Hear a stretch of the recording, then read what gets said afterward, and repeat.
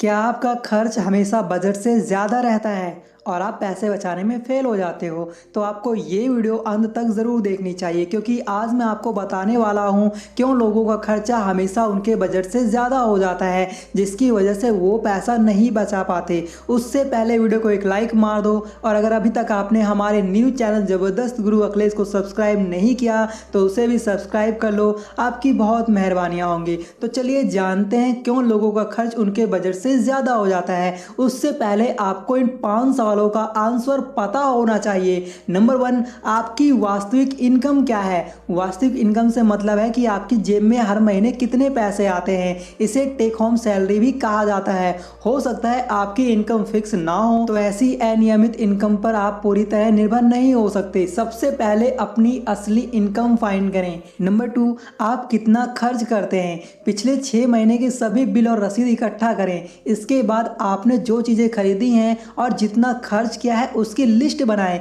इसमें newspaper bill या car wash जैसे छोटे छोटे खर्चों को भी शामिल करना ना भूलें। इस काम में बैंक और क्रेडिट कार्ड के स्टेटमेंट का सहारा भी ले सकते हैं। इस काम को 2-3 महीने तक लगातार करने पर आपको महीने के औसत खर्च का आइडिया मिल जाएगा। इन खर्चों की 2 कैटेगरी बनाएं, जरूरी और शौकिया। इससे आपको पता चल जाएगा कि कहां पर कटौती की जा सकती है। नंबर 3, आपका गोल क्या है? अपने सभी फाइनेंशियल गोल को लिखें। इसमें उस टाइम पीरियड का भी जिक्र होना चाहिए जिसके भीतर आप यह हासिल करना चाहते हैं। इसमें हर चीज़ का ब्यौरा होना चाहिए। मसलन अगर आप 6 महीने में लैपटॉप खरीदना चाहते हैं तो यह जानकारी भी होनी चाहिए। अगर आपने लोन लिया है तो इसका भुगतान भी एजेंडे में शामिल होना चाहिए।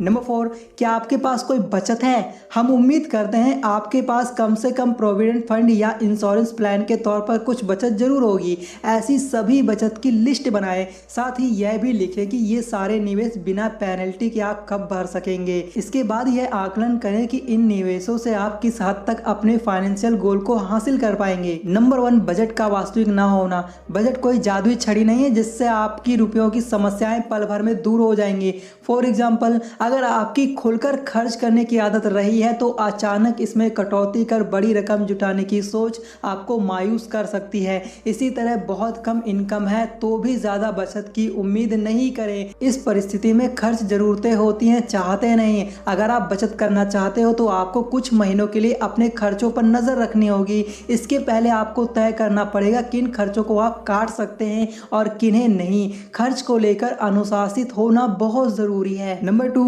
नज़र रखने में गड़बड़ी। मान लेते हैं कि आप ताव में आकर बजट बना लेते हैं, लेकिन इस पर सही से नज़र नहीं रखते तो आपको सही तस्वीर नहीं मिलेगी। आप हर एक खर्च को ट्रैक नहीं करते या उसे दर्ज करना भूल जाते हैं तो आपको आमदनी और खर्च का सही अंदाज़ा नहीं होगा।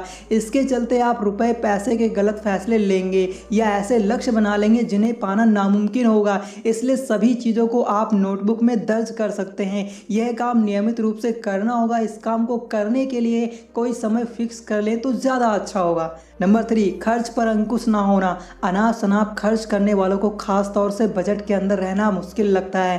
कारण है कि वे खर्च को कंट्रोल नहीं कर पाते। इसके चलते महीने के अंत में उनके हाथ खाली रहते हैं या फिर वे अपने वित्तीय लक्ष्यों को हासिल नहीं कर पाते। अनुशासन की आदत डालने का सबसे अच्छा तरीका है लक्ष्यों को तय करना और बचत को ऑटोमेट करना। यहाँ बचत ऑटोमेट करने का मतलब यह है कि जितनी भी इनकम हो उसमें से कुछ हिस्सा अपने आप बचत के खाते में चला जाए। नंबर 4, लक्ष्यों का ना होना। लक्ष्य होने से आपको पता होता है कि हर महीने आपको कितनी बचत करनी है। ये लक्ष्य कुछ भी हो सकते हैं, बच्चों की शिक्षा, उनकी शादी या रिटायरमेंट। आप अपने सभी लक्ष्यों की पहचान करें, फिर वे छोटे हो या बड़े। इसमें महंगाई का भी ध्यान रखें। कैलकुलेटर करें कि लक्ष्य के लिए आपको कितनी रकम की जरूरत होगी। इससे पता चल पाएगा कि आपको हर महीने कितनी बचत की आवश्यकता होगी।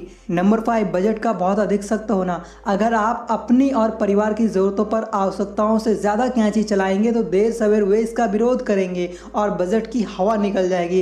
इसलिए बजट बनाते वक्त थोड़ा नरम रहना ज़रूरी है। इसलिए आपको बजट में हल्के फुल्के खर्चों या कभी कभार गैर ज़रूरी खर्चों को भी लिख लेना चाहिए। फॉर एग्जाम्पल, जैसे 1 महीने में 1 या 2 बार होटल जाकर खाना खाना शामिल हो। यह बजट के साथ चलने में मदद करेगा। नंबर 6, परिवार का एक मत ना होना। अगर आपका जीवन साथी या बच्चे बजट में चलने से मना करते हैं या उनको इसके बारे में पता नहीं है तो आप कभी भी इसे नहीं बना पाएंगे। आप बचत कर रहे हैं और जीवन साथी बड़ी बड़ी चीज़ों पर खर्च कर रहा है या बच्चे अपने साथियों को देखकर आए दिन किसी न किसी खर्चीली चीज़ दिलाने की जिद करते हैं तो आप अकेले इसे लेकर आगे नहीं बढ़ सकते।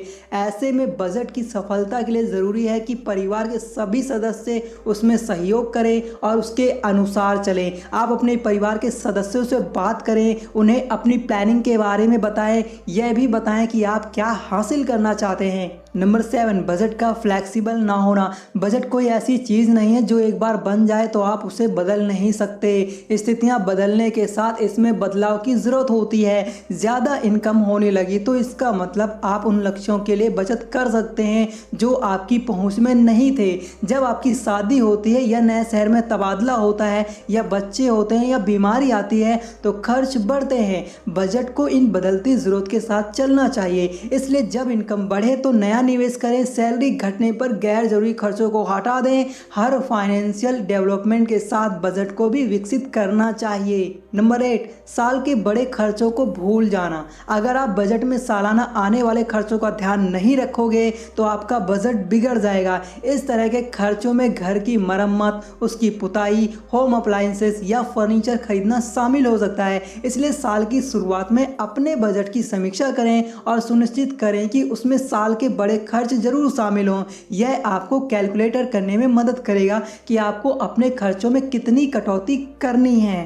नंबर 9, इमरजेंसी फंड ना बनाना। बजट में ना रह पाने की कोशिश करने वालों को तब सबसे बड़ा झटका लगता है जब किसी अनहोनी स्थिति से सामना होता है। अगर घर को तुरंत मरम्मत की ज़रूरत है या अचानक सैलरी कट गई या आप बीमार पड़ गए या पर्याप्त इंश्योरेंस नहीं लिया है तो बड़े खर्चों के कारण बजट पटरी से उतर सकता है। इसलिए आपको ये करना चाहिए, बजट बनाने की शुरुआत करने से पहले इमरजेंसी फंड बना लेना ज़रूरी है। यह आपके 3 से 6 महीने के घर खर्च के बराबर होना चाहिए। इसके अतिरिक्त या तो हेल्थ इंश्योरेंस खरीद लें या फिर इतना पैसा अलग रखें जिससे मेडिकल की ज़रूरतें पूरी हो जाएं। नंबर 10, ज़रूरतों और इच्छाओं के बीच में कंफ्यूज रहना।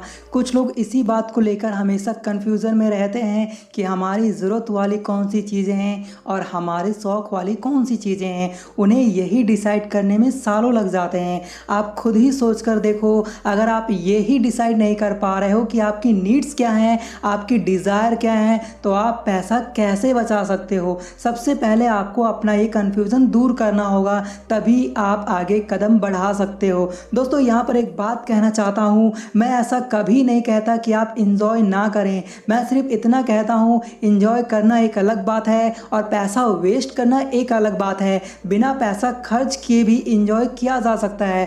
दोस्तों, उम्मीद है आपको वीडियो पसंद आया होगा। वीडियो को लाइक करो, चैनल को सब्सक्राइब करो और ये वीडियो अपने दोस्तों के साथ जरूर शेयर करो और हो सके तो हमारे न्यू चैनल जबरदस्त गुरु अखिलेश को सब्सक्राइब कर लो। फिर मिलेंगे एक नई वीडियो में, तब तक के लिए बाय, टेक केयर।